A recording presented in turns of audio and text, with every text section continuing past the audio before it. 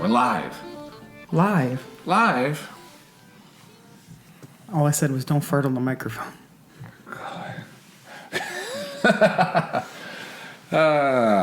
Here we are. And I was talking to the dog and to him. Oh, God, here we are. Here we go. Another week. It's been a few weeks, dear. It's been a couple weeks. Well, because the days that we would normally record have been travel days or we've been erstwhile. Travel days. Well, yeah. I didn't go anywhere. We've been gone. No, I did go somewhere. Yeah, you dropped acid. I turned a year older since the last time we recorded. You did. Can you believe he's 74, ladies and gentlemen? And he knows how to work a mic. You're like Casey Kasem. Who? Oh, God. Sorry, I had to pull some strands out of the plant. God. Well, the plant's got dead, you know. I can't have... In the middle of recording? Well, I can't have our studio looking like hell. But it's not video recording, so who cares? You promised me one video podcast before we give this shit up. One. Nope. One video podcast. You know what we can do? I'm not doing this song and dance on video. I think that we should have an animated version of us. Someone can animate us doing a podcast. For free? I mean, if they want to do it for free, that's fine, but I ain't paying for no animation. I didn't say to pay. Well, see if there's somebody who, you know, somebody who can do that. Colin, do you draw? Colin is like our number one fan. He's a wonderful gentleman. He sent us wonderful coffee. Well, and, you know, slurs on cards. Yeah, he did. He spelled faggot, but like baguette, so it's faggot. Which, is that French? I think it is. No. Yeah, it means a cigarette in French. Excusez-moi, faggot. I mean, it's possible. I won't say it's not. Just run through Paris and tell everybody, faggot, faggot, faggot, and see how well that gets you. I had a list of topics. And I don't know. Really only have 2 topics to talk about. What are our topics? Oh. I mean, there's one big one. Which is what? The Trump indictment. I mean, we got to talk about. I mean, just what is there to know? The New York Times said that Trump is being indicted on having a fat ass. Well, and if that's guilty. If that's the case, throw him in jail. No, if that's the case, yeah, he's guilty of that one. But Trump is guilty of being too thick. No, but of all things, you know, this has really pissed off the never Trumpers on the right or center right, because they're like, you're just emboldening him to have a longer political career because this is not the thing that you're going to get him on. Right. Yeah, David French and Sarah Isgur are just fit to be tied. Oh, wow. But the 2 listeners must be furious. But Jonah Goldberg, he's like, yes, get him. And Sarah's going, no, don't do that. I don't know what they think this does in their favor. Because trying to staple a bullshit charge to him that might not even be under the jurisdiction of the Manhattan District Attorney. Well, not only that, but the other thing that I'll give him credit, David French brought up. I'm sorry, he's right. This will not be a podcast about that podcast. The statute of limitations is hinky because... Excuse me? It's what? Hinky. Because isn't he the guy who shot Reagan? Technically, the squeaky frome, that was a woman. That was Ford. Oh, sorry. Anyway, back to John Hinckley Jr. Oh, I might be a little bit too loud. I can't tell. Oh, you're fine. No, he was saying that the statute of limitations might be up because, as a New York resident, this kind of crime only has like 5 or something years, maybe even 2 years as the statute of limitations. Which he's way out of that. But the definition might be. It might be a federal charge instead of a local charge. I don't know. But then why would the Manhattan DA be interested? I don't know. That's why they're like, I haven't seen anybody, left or right so far, legal scholars or not, say, A, they have a good case here, and B, this is something worth pursuing. I have not seen a single person say that. And when you see that both from left and right, and from all the opportunity to leak in the world, it doesn't sound like it has any legs. Which makes, I don't know. It really begs the question: what do they think they're trying to accomplish? But remember, the grand jury, what have they always said? Like, a grand jury can indict a ham sandwich. It doesn't mean the ham sandwich is guilty. Right. But it doesn't mean necessarily that the DA will follow through on that. A DA also has some kind of, don't they have some kind of but if he doesn't, his political career is over. Right, but if he brings up a case that loses, then his political career is over.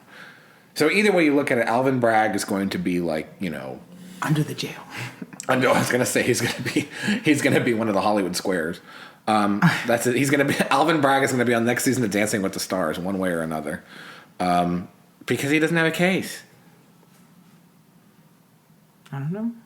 Well, no, we Trump threw a Reese's cup at an Upper East Side garbage can in 1986, and he missed.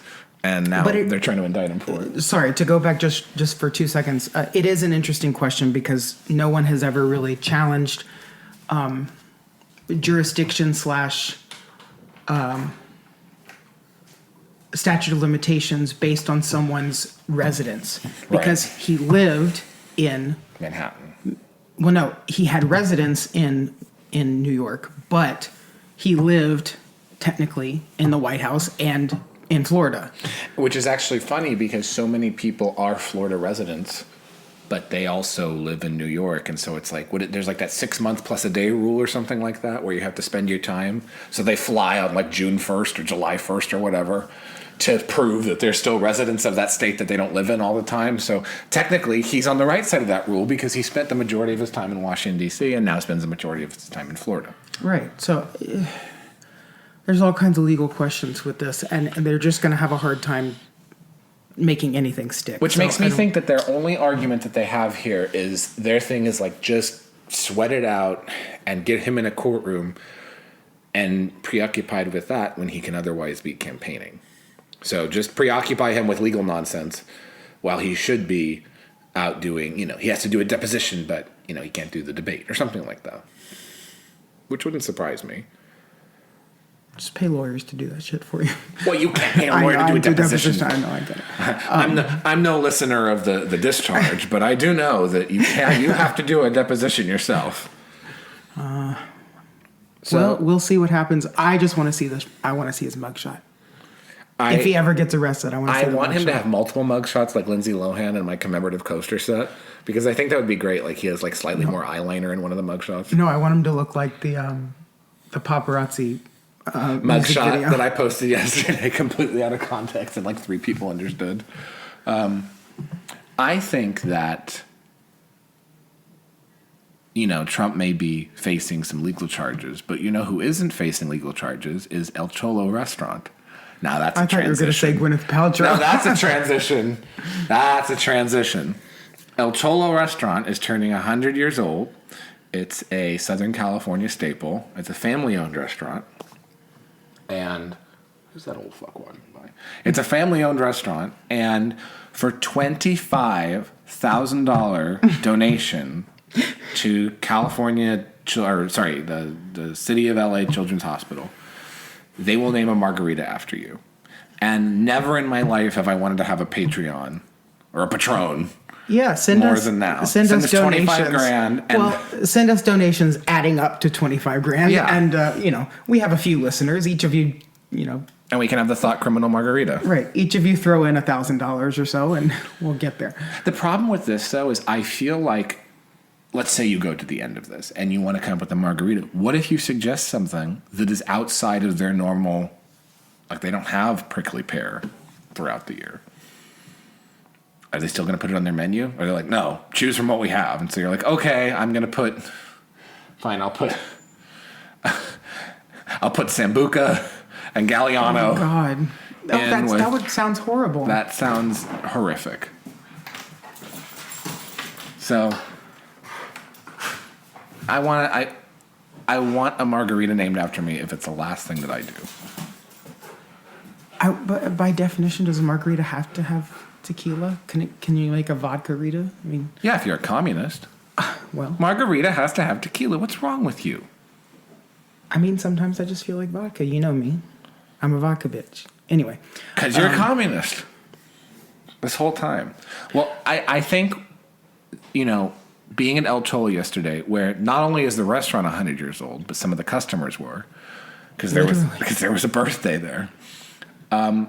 With a candle stuck in a mound of fried ice cream. It was upsetting. They didn't sing. I mean, it's not like they could have heard. No, but they didn't slapped a big ass sombrero on this poor old woman. I really... Her neck could barely hold it up. There's something horrifically violent about chain restaurant birthdays. I was traumatized by a chain restaurant birthday once, and no one ever did it again. Once? No, just once, because it was like Chili's or Applebee's or something like that. Well, like one of the worst chain restaurants. Well, it's Fresno. That was fine dining. So they literally come out, and it wasn't... I thought you were going to say like Macaroni Grill at least, but no, the Macaroni Grill wasn't built yet. And Macaroni Grill had an opera singer that came out and sang to you, so you could get a little Nessun Dorma on your birthday. No, they came out, and it was like I'll never forget. Like this like I feel like I was like I went through which one was it? Was it Chili's or was it Applebee's? It was so horrible I don't even remember. It might have been TGI Fridays. It was one of those three. How can you not remember? I don't remember. All I remember was being in like a green pleather booth. Like this is one of those semicircle booths. I feel like I'm describing like a sexual assault because it kind of was. It was an audible assault. And if you want to use the code Thought Criminal on Audible, you get 20% off your next book. No, you don't. No, you don't. So they came out and they... We can't get sued. They're not going to sue us. What, they sued us because we used a fake promo code? Jesus. These people at Chili's or TGI Applebee's or whatever the fuck it was called. TGI Applebee's. Thank God it's Applebee's. No one's ever said that. Thank God it's not Chili's. They came out and they screamed. Like, at full volume. And it was like one of those ones they don't actually sing happy birthday. It's like, happy birthday from all of us to you. Happy birthday. At least you're not a Jew. Hey, something like that. And they had an accordion. And I just started crying.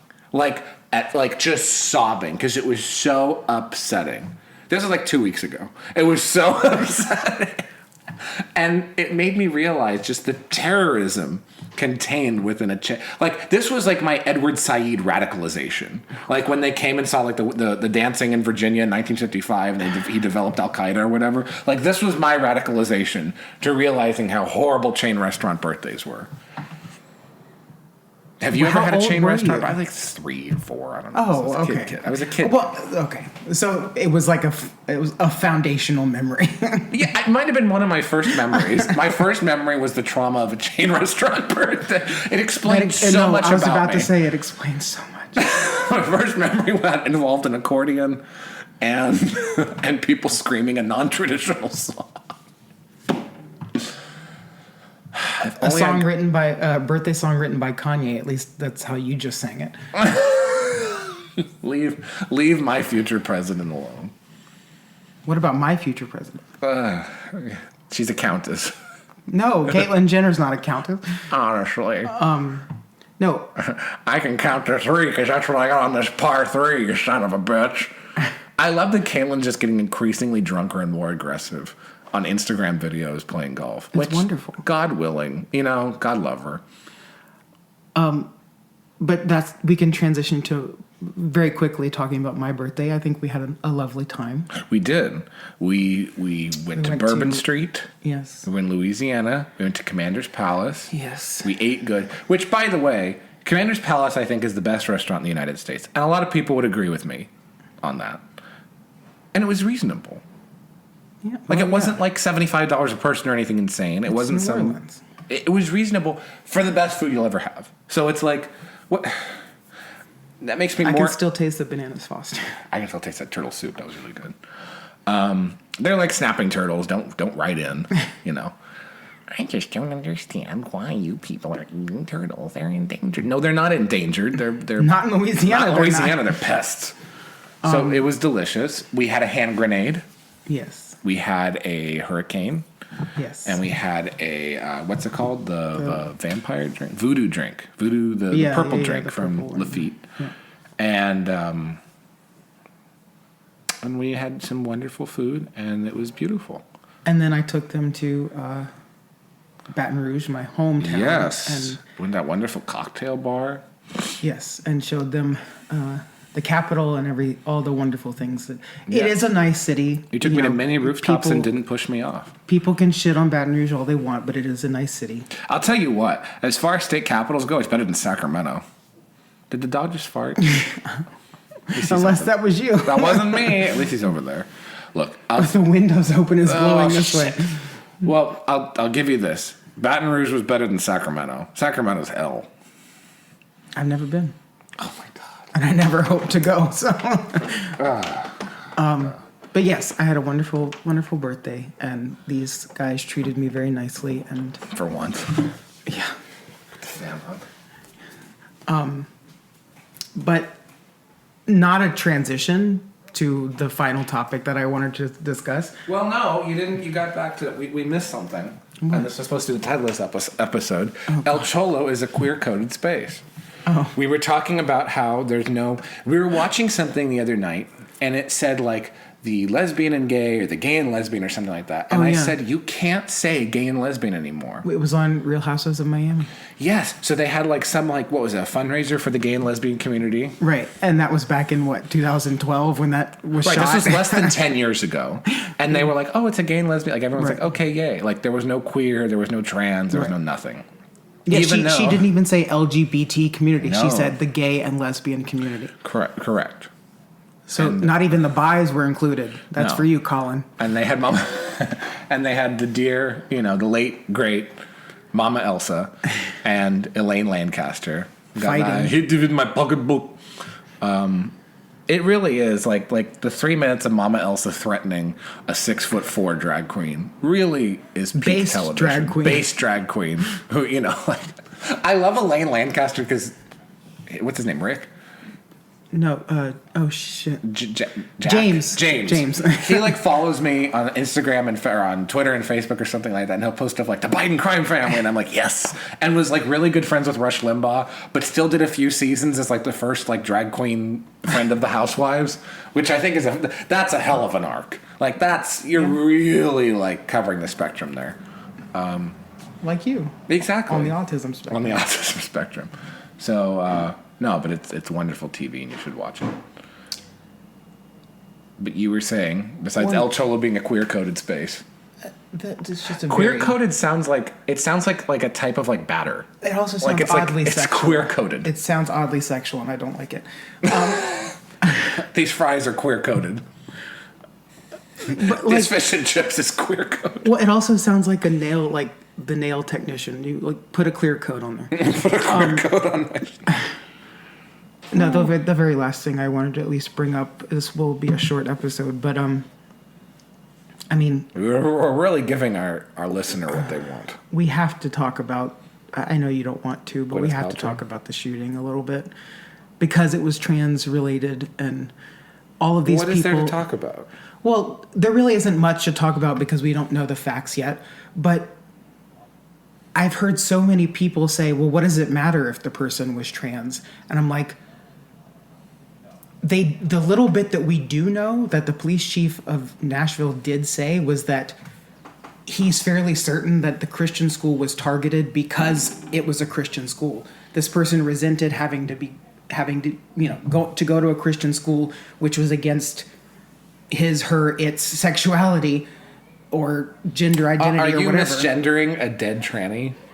That killed people? Yeah, sure. I will. Yeah. But the point is, Was the shooting queer-coded? the one... That's not funny. That is. That's great. The one thing that we do know about this whole case is what the police chief said, and he suggested that, yes, the gender identity probably did play a role in some of this. And So that's why it does make a trannies are difference. trying to set the Tennessee State Capitol on fire or some shit like that. Well, right. There's all of that stuff, but the people on I've seen it both right and left saying, what does it matter? What does it matter? What does it matter? We should talk about gun control, not about But these trannies. are the same And I'm people like, who say that it matters if a shooter is white or if a shooter is male or if a shooter is, gay or if a shooter is straight or an incel or whatever the fuck term they want to use. It's whatever is most convenient. They love the fact when a shooter is person I don't like. But all of a sudden it becomes somebody who is part of a victim upon victim class, and now it's like, oh, how dare you mention that the shooter, was just a radicalized tranny. was a mean old dyke and any other. Speaking of Squeaky Fromme, and this has brought us full circle. There was a dark era. Was Squeaky Fromme a dyke? I don't know where you're going with this. I think so. A couple of those Manson girls were. And, doubt it. Well, pour one out for the late, great Linda Kasabian, who passed away. Late, great. You have to say the late, great. It's like, it's a requirement. No, we're back to the 70s again, where you have murderous dykes, and they're just taking on a different cloth. Like, have any of the shooters, or has any shooter for anything been the other way around? Like, Elaine Lancaster hasn't shot anything. Like, we know of. Why do you think Mama Elsa died? I can't say that. Passed out. Mama Elsa passed out at like 4 events, and they had to call the police. And then I yelled at you about getting sued. If Elaine Lancaster ever hears this, we're gonna get sued. Elaine Lancaster is just glad for the publicity. Let's be honest. But I think the problem is that there's always going to be a contingent of murderous dykes. It's true, which this you can say that they were transitioning, but this shooter... Leave Betty Friedan out of this. You can say they were transitioning, but if you know anything about 60s, 70s, 80s history, this country was hit with murder dykes for a period of time. Look at Valerie Solanas. Look at some of the Manson girls. Like, Ford almost got killed, There will always be a contingency of these women who think that they're men, who go and you probably now they're taking hormones and they're unleashed. Like that's going to be an issue. Unhinged, you mean? That's true. That's going to be an issue going forward. So that's why it's like I think that the transgender. Well, isn't today Transgender Day of Visibility? It's pretty visible. That's what they're calling it, Transgender Day of Visibility. They're visible. It's visible. Like what else do you need to see? Like, what are you going to get? What we don't need to see. You know what makes me sad? I'm sad for... Well, obviously. I'm sad for the people who thought that sending their kids to a Christian school was safer, because obviously that's not the case. But I'm especially sad for the...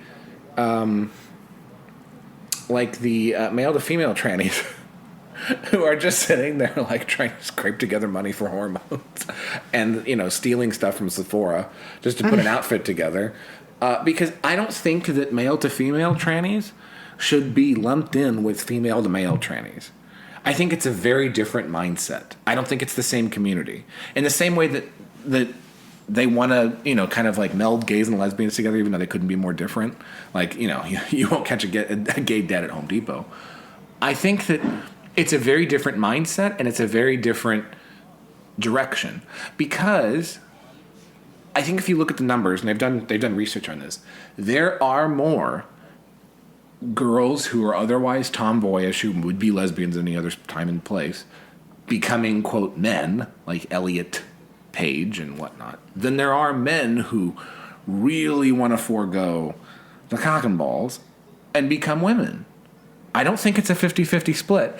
And I think a lot of the anger and the hate and the peer pressure, especially among young girls who are in school, are from the female to male transgenders. I think that that's a community that's more dangerous than the male to female.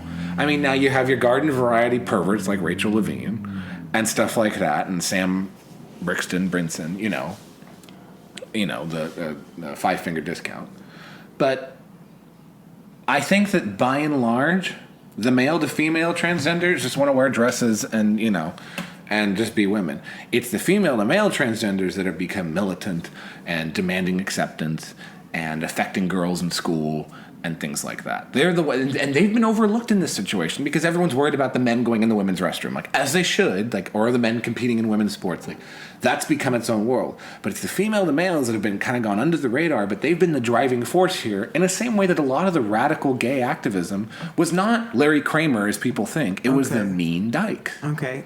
So one in your column and one against. So that Dylan Mulvaney person. annoying as fuck. Like, just wish he would go away. But annoying theater kid. But I'm not afraid that he's going to go shoot up a school. I'm not afraid that he's going to murder someone. Like, he's not radicalized. Like, radicalized in the sense that, he's just a theater faggot. Right. That's it. My point is, I'm not afraid of this person. Right. One person I am afraid of that goes against your narrative here is Jeffrey Marsh. I've seen the videos of this person. Like, more and more progressively unhinged, more and more progressively radical.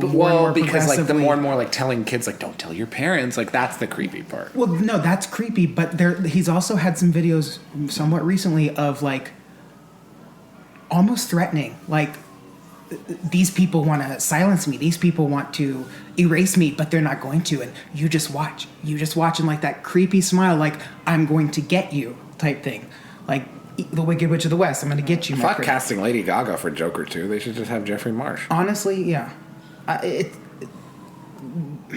But that is one, I guess, that sort of goes against your narrative. There. Yes, which is why I have the carve out for the male to female of the otherwise perverse, which I think that Jeffrey Marsh is. I think you have some of these sort of autogynephilic people who are like I just want to dress up as a girl so I can be closer to women. Like that's creepy, obviously. Or like I just like changing in the women's locker room because I want to be around. That's creepy. But I feel like that's usually like a one-to-one creepiness. Like that's a single predator and a single victim.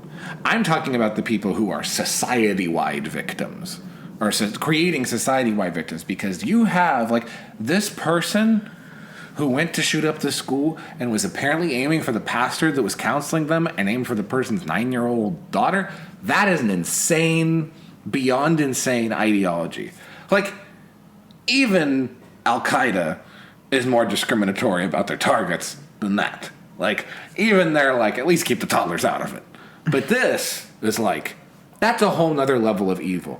And the reason why you don't have condemnation on the left is they are afraid of this constituency. Because you saw what happened when any politicians on the left so much as said, yeah, maybe like, what was the group that tried to attack the Black Panthers? There was a group that went against them. It was like the First Africans or something like that. Like, yeah, maybe we don't want like radical Black Pantherism, and then they grab the microphone away from you. Maybe we don't want like militant transgenderism, and they grab the mic away from you. So they've created these monsters and fed them, so they're scared.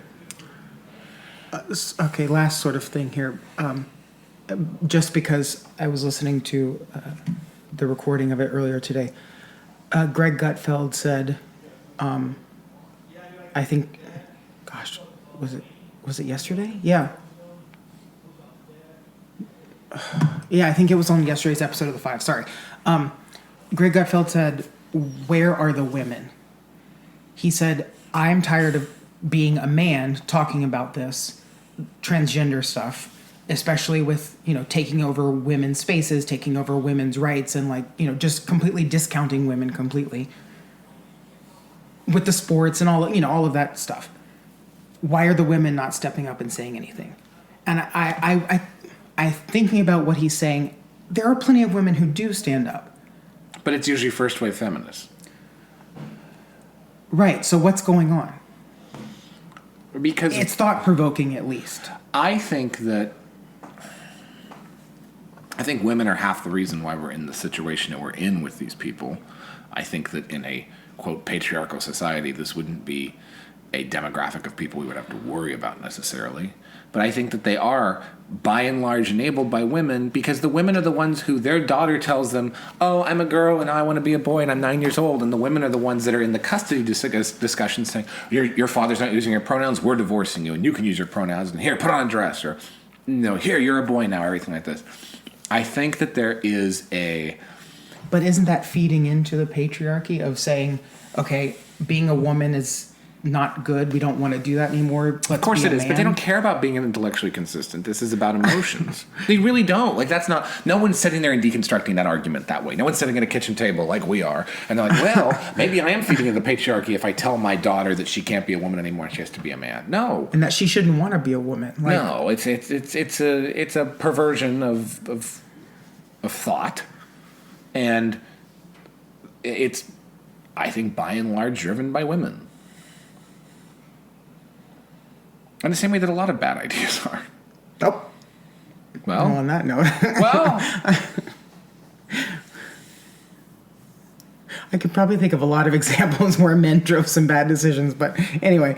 Of course men drive bad decisions. You know, they've always driven bad decisions, but when it comes But they're usually driven to those bad decisions because of women. No. Well, what is it? You know, men are dumb. Men are dumb because women are crazy, or women are crazy because men are dumb. Like, it's like the chicken before the egg thing. But there is a great deal of... I know, before we wrap this up, but there is a great deal of permissibility of radical transgenderism by women that has allowed it to flourish, where it could have been kneecapped a lot earlier. But... Well, and I guess... Yeah, just because it popped in my head, women, for some reason, get ridiculed so much stronger if they do stand up to it than men do. Right. Like, because a man stands up and they're like, well, of course, because you're a man. Like J.K. Rowling. Right. But a woman stands up and it's like, die, bitch, die. Or like, the Abigail Shrier, who wrote that book. I mean, she got... I'm sure she's been threatened to, with bodily harm and death. Right. Because of the book that she wrote. That was, by the way, based on data, not just pulled shit out of her because ass.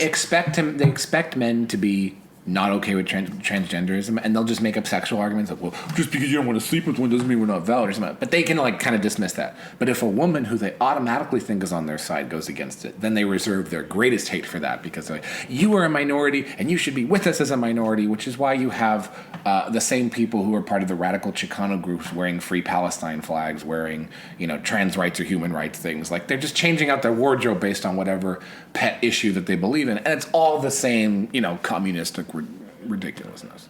But this is the world we live in. Well, that's how we need more queer-coded spaces like El Cholo. Wait. As Sarah Winchester said, is this the world we live in? Oh, God. Now that's a deep cut. Got your deep cut right here. What'd you call me? Well, anyway, thank you for joining us for this brief, so brief of an episode. We were able to stretch it a little bit. We always have enough to talk about. We just need to have shit to do. Yeah, we do. Go fuck yourselves. Okay. Love you. Bye.